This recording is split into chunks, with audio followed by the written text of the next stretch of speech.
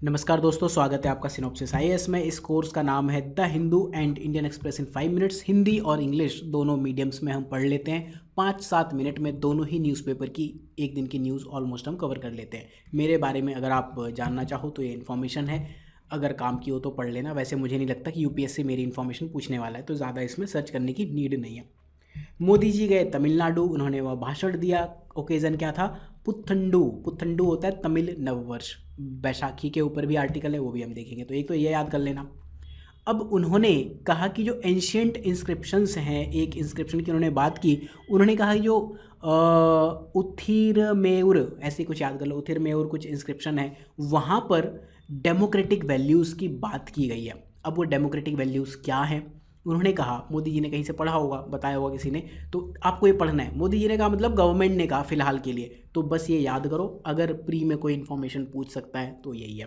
Local constitution के type की कुछ चीज़ें हुआ करती थी ग्राम सभा के लिए, स्थानीय संविधान हुआ करता था। दूसरा, ये जो इंस्क्रिप्शन है, शिलालेख है, ये बताया गया कि असेंबली या सभा कैसे चलनी चाहिए, सदस्यों के चुनाव की प्रक्रिया क्या होनी चाहिए। मेरे ना शाह और सा में बड़ी दिक्कत होती है, बड़ी मुश्किल से ठीक कर पाता हूँ, बहुत दिक्कत है। अगर आपको पता है कि ये दिक्कत कैसे सॉल्व करनी है तो प्लीज़ हेल्प मी। मैं ज़िंदगी भर आपका आभारी रहूँगा अगर आप बता दो ये कैसे करना होता है। साथ में इसमें ये कहा गया कि मेंबर डिस्क्वालीफाई कैसे किए जाएंगे। अभी रिसेंटली बहुत बड़े मेंबर डिस्क्वालीफाई हुए हैं, तो ये आज की डेट से नहीं, हमेशा से चला आ रहा है, तो वहाँ भी कहा गया होगा। प्लस मोदी जी ने कहा कि संगम लिटरेचर वो पढ़ के आए हैं, कल परसों ही उन्होंने पढ़ा, और उसमें मिलेट्स और श्री अन्ना के बारे में लिखा है। तो ये तो एक जनरल चीज़ है, ऐसी चीज़ें एग्जाम में पूछते हैं तो ऑल ऑफ द अबव टिक करना होता है। फिर पढ़ते हैं डब्बा ट्रेडिंग। डब्बा ट्रेडिंग क्या है, बॉक्स ट्रेडिंग क्या है? दोनों ही नाम है इसके, बॉक्स ट्रेडिंग या डब्बा ट्रेडिंग। ठीक है, तो डब्बा ट्रेडिंग यहाँ था, बॉक्स ट्रेडिंग यहाँ था, बस ऐसे ही आता है। न्यूज़ इंपॉर्टेंट यही है। तो डब्बा ट्रेडिंग क्या है? ये वो ट्रेडिंग है जो स्टॉक मार्केट के बियॉन्ड होती है, अनौपचारिक रूप से होता है। सपोज़ आप और मैं बैठे हैं, हमने स्टॉक प्राइस के ऊपर पैसा लगा दिया कि आज इसका स्टॉक बढ़ेगा, आज इसका घटेगा। पैसा रियल में हमने नहीं लगाया, पैसा इन्वेस्ट नहीं किया था, तो हमने एक रियल ट्रांजेक्शन नहीं की, वास्तविक लेन देन नहीं किया, उस पर हम दांव लगाते हैं। उसका फ़ायदा और नुकसान क्या है? फ़ायदा है व्यापारियों के लिए, क्योंकि कोई रिकॉर्ड नहीं है, इस वजह से टैक्सेशन इवेजन हो सकता है, ब्लैक मनी जनरेट होगी, बहुत सारे आपको टैक्सेस जो है वो नहीं देने पड़ेंगे।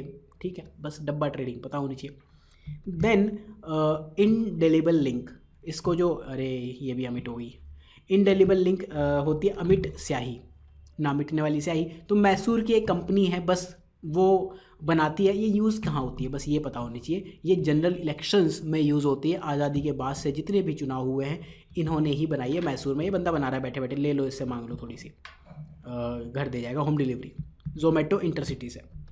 फिर एडीआर रिपोर्ट, अभी रिसेंटली एडीआर रिपोर्ट ने बताया किस सीएम के पास कितना पैसा है। एक सीएम के पास 500 करोड़ है, कुछ सीएम के पास 15 लाख ही है। तो एडीआर रिपोर्ट क्या है? बेसिकली एडीआर ने क्यों कहा कि सीएम की हम पढ़ाई लिखाई बताएंगे, कौन पोस्ट ग्रेजुएट है, कौन अनपढ़ है, कौन पढ़ा लिखा है। ठीक है, तो ADR, association for democratic reforms, एक इंडिपेंडेंट इलेक्टोरल वॉचडॉग है, देखने वाला कुत्ता है। हिंदी में तो वैसे निगरानी कहते हैं, लेकिन वॉचडॉग मैं तो ऐसे याद करता हूँ। ये बेसिकली क्या करता है? डेमोक्रेटिक रिफॉर्म्स लाता है, लोकतांत्रिक सुधार लाना इसका काम है भारत में। थ्रो कैसे? पॉलिटिकल एंड इलेक्टोरल एडवोकेसी, राजनीतिक और चुनावी वकालत, ज़रूरत पड़े तो केसेस भी इन्होंने दायर किए हैं। ADR versus union of India case आप पढ़ना, 1999 में जो इन्होंने केस दायर किया था, उसके बाद ये जो ऑर्गेनाइजेशन है अस्तित्व में आई थी। फिर कुडुमी समुदाय, इंडियन एक्सप्रेस ने ये न्यूज़ बताई कि किसान कम्युनिटी, पेजेंट कम्युनिटी है, ये जंगल महल या छोटा नागपुर प्लेट्यू जो है उस एरिया के आसपास रहते हैं। इन जनरल ज़्यादातर होने को तो असम साइड भी है। अब ब्रिटिश रूल के टाइम पर वो शेड्यूल्ड ट्राइब यानी कि अनुसूचित जनजाति या फिर एबोरिजिनल कम्युनिटी, आदिवासी समुदाय की लिस्ट में थे। उन्हें एक प्रिमिटिव यानी कि आदिम जनजाति माना जाता था। अब हुआ क्या, जब 1950 में अनुसूचित जनजाति की सूची तैयार की गई तो इन्हें उस सूची में जगह नहीं मिली, तो अब उन्होंने आंदोलन करना शुरू कर दिया कि हमें अनुसूचित जनजाति का दर्जा दो और हमारी भाषा को 8वीं अनुसूची में, 8th शेड्यूल जो संविधान का है, उसमें शामिल भी करो। ठीक है। बैसाखी, स्प्रिंग हार्वेस्ट फेस्टिवल है। ये हिंदू सोलर नववर्ष यानी कि हिंदू सोलर नववर्ष हिंदी में भी कहोगे, और सिख नववर्ष की भी शुरुआत का प्रतीक है। प्लस जो खालसा पंथ है उसके जेनेसिस की बात करता है, आर्टिकल इसी बारे में लिखा हुआ तो ये याद कर लेना। पहली लाइन तो ठीक है, बट खालसा पंथ के जेनेसिस से रिलेटेड है, ये भी पता होनी चाहिए, मुझे नहीं पता था।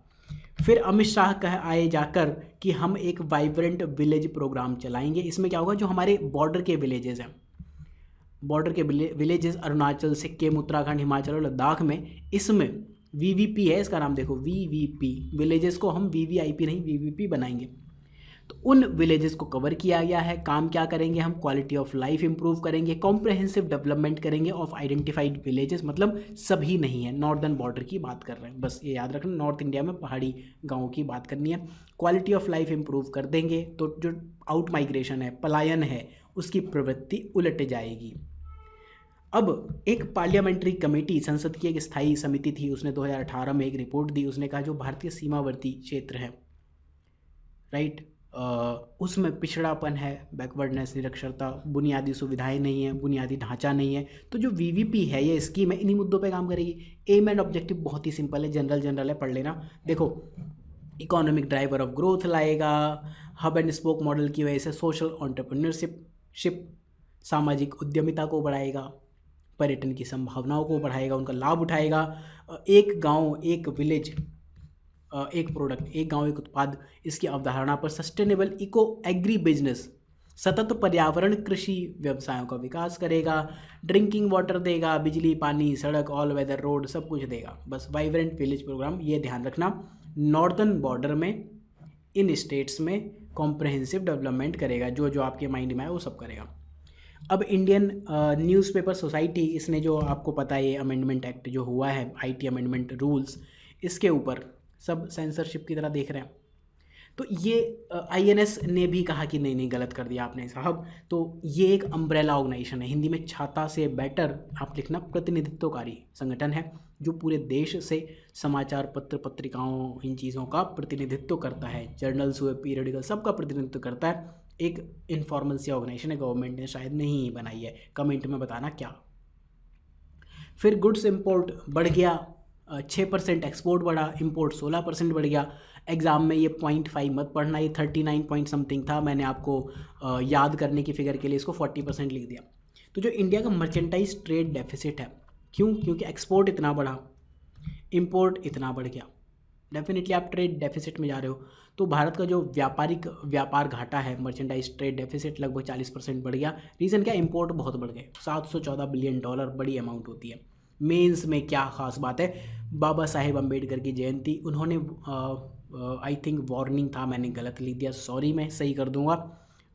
तो वार्निंग को ट्रांसलेट करते हुए मैंने गड़बड़ कर दी। वार्निंग, उन्होंने क्या वार्निंग दी थी, उन्होंने कहा देखो, पॉलिटिक्स में भक्ति या हीरो वर्शिप एक पक्की बात है कि इससे तानाशाही के मार्ग पर आप जा रहे हो। इस टॉपिक पर, भक्ति और हीरो वर्शिप पर, यूपीएससी मेंस में बहुत बार क्वेश्चन पूछ चुका है। उन्होंने क्या कहा था, बाबा साहब ने कहा था कि अल्टीमेट फ्यूचर, जो हमारा इमीडिएटली फ्यूचर है या अल्टीमेट कहाँ जाएंगे वो नहीं है, हमारी जो डिफ़िकल्टी है वो ये है कि एक हेट्रोजीनियस मास, हम विषम जनसमूह बनाएं जिसमें अलग अलग तरीके के लोग हों, समाज हो, वो उस रास्ते पर जाएं जो यूनिटी पर ले जाता हो। तो यूनिटी इन डाइवर्सिटी लाना एक बड़ा चैलेंज है।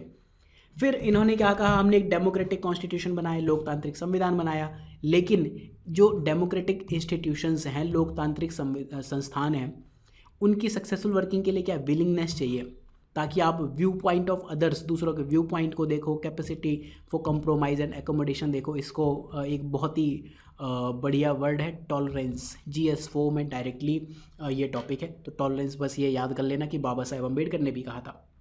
इन्होंने सोशल डेमोक्रेसी को क्या कहा था, लिबर्टी, इक्वालिटी एंड फ्रेटर्निटी, स्वतंत्रता, समानता और बंधुत्व, ये इनके सोशल डेमोक्रेसी से आते हैं। इन्होंने ट्रिनिटी कहा, इसको ट्रिनिटी हिंदी में भी कहते हैं ना। और इन्होंने कहा ये तीनों चीज़ें अलग नहीं हो सकती, ऐसा नहीं कि लिबर्टी अलग है, इक्वालिटी और फ्रेटर्निटी अलग है। आज ये पेन जो मैं यूज़ कर रहा हूँ थोड़ा सा अलग वे में बिहेव कर रहा है, ठीक है, करें। इन्होंने कहा फ्रेटर्निटी इंडिया में हासिल करना बहुत ही डिफ़िकल्ट है। क्यों डिफ़िकल्ट है, क्योंकि in India there are caste, Bharat में जातियां हैं, इस वजह से वो सेपरेशन लाते हैं सामाजिक जीवन में। ये एंटी नेशनल भी हैं। क्या एंटी नेशनल है, कास्ट, जातियाँ एंटी नेशनल है। क्यों है, क्योंकि वो जातियों के बीच में ईर्ष्या और विरोधाभास पैदा करते हैं। ठीक है, इन्होंने कहा, बाबा साहेब ने कहा, इंडिपेंडेंस, नो डाउट, कोई संदेह नहीं इस बात में कि स्वतंत्रता खुशी की बात है, लेकिन उस स्वतंत्रता ने हम पर बड़ी जिम्मेदारियां डाल दी हैं। इस चीज़ पर with great power comes great responsibility, इस चीज़ पे मेंस में ऐसे ही पूछा। ठीक है, अब पढ़ते हैं एनकाउंटर के ऊपर सुप्रीम कोर्ट और एनएचआरसी के व्यूज़। सुप्रीम कोर्ट ने 2014 में कहा था, इनफैक्ट जो सीजेआई थे उस टाइम पर, उन्होंने एक 16 पॉइंट गाइडलाइन दी थी, जहाँ भी पुलिस इनकाउंटर्स होंगे तो उन 16 पॉइंट पे चलना है, एफआईआर वगैरह होनी चाहिए। उन्होंने कहा मजिस्ट्रेट इंक्वायरी होनी चाहिए जब भी कोई डेथ हो। In case of all deaths of police action आपको ये काम करना पड़ेगा। एनएचआरसी ने क्या कहा? एनएचआरसी कहता है कि हमारे लॉज में पुलिस को कोई भी ऐसा अधिकार नहीं दिया गया कि वो किसी व्यक्ति के जीवन को छीन लें। ठीक है, लेकिन एनकाउंटर्स होते हैं, सरकारें सेलिब्रेट करती हैं। बढ़िया है घटिया है तो आप जानो, जनता खुश होती है, कुछ लोग दुखी होते हैं, तो ये तो चलता रहेगा।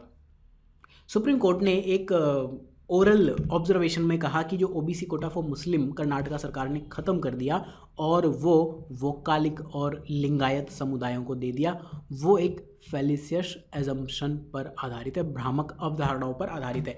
तो इस लेक्चर में इतना ही। नेक्स्ट लेक्चर में हम फिर मिलेंगे, फिर बात करेंगे कि न्यूज़पेपर में क्या आया है। सिनॉप्सिस आईएएस का ये कोर्स है, 499 का है। 5 लोगों को शेयर कर देना, स्क्रीनशॉट इस कॉन्टेक्ट्स में जाके जो मेल आईडी है वहाँ दे देना।